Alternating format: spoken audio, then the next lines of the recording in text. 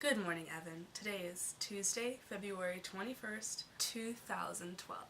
I'm greeting you from my dorm room. There's a fire start. As you addressed in your Thursday video, yes, Friday was my birthday. I am now definitely 19 years old. I think my birthday was a success. I had an improv show on Friday, so I got to perform on my birthday, and that was really fun. My friends baked me a cake and then brought it there. It was really, really delicious. The only kind of sad thing was they put foil on top of it to protect it from the wok there, but then all the frosting stuck on the foil and then came off on the foil and you couldn't see that it had said my name or something, but it still tasted really good. Last night, which was Monday, I went to see this slam poet, Anis Mojgani. I had not even really heard of him. His poems were phenomenal. It just sounds so strange. His poems are phenomenal. I managed to score this flippin' sweet bookmark from his table where he was signing books after the show. Honestly, this guy is so good with what he does. His pauses and inflections on specific words and the way he speeds through some sentences so you're scrambling to listen to what he was saying and trying to get meaning while also listening at what he's saying now in a slower, more emphatic tone that just kind of bounces off what he's saying in a really fast pace. It's like you're craning to listen to him, and you can tell when he's about to end a poem and you just kind of seize up and you're like, oh my god, please don't have this be over, because this is amazing. It's those really rare moments that are completely unique yet share some kind of common theme where it's like, this is impactful and incredible what this guy just does. What this guy can weave and spin in a matter of minutes to captivate an entire audience just like that. And he does it with such ease.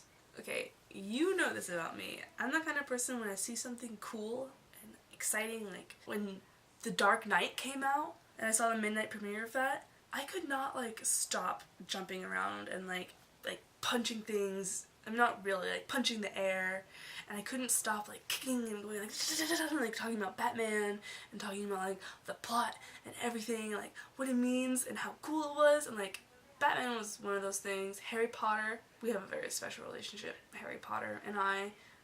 That sounds weird. I just get really excited. A most recent example of that is the movie Thor, where I just got so excited about Natalie Portman and Chris Hemsworth, everything in the 9 realms, that I just got so excited. And I'm like, I'm gonna be actor and a movie director and something like that.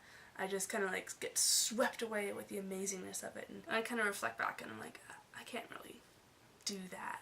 For this slam poetry guy, this is something that's a little bit more attainable. I get really nervous and freaked out when I have to public speak. In high school, I didn't pass my speech requirement for the state because I burst into tears during my speech and didn't pass because of that. And that's kind of weird because I like theater and I like going on stage and improvising, and I actually kind of do it at a college. The idea of public speech just scares me a lot. Persuading a whole group of people to see my view in a few minutes in this argument I have, and I'm just so afraid that my articulation will not come across that I just start stuttering and jittering around, and it's quite detrimental to the efficiency of my argument.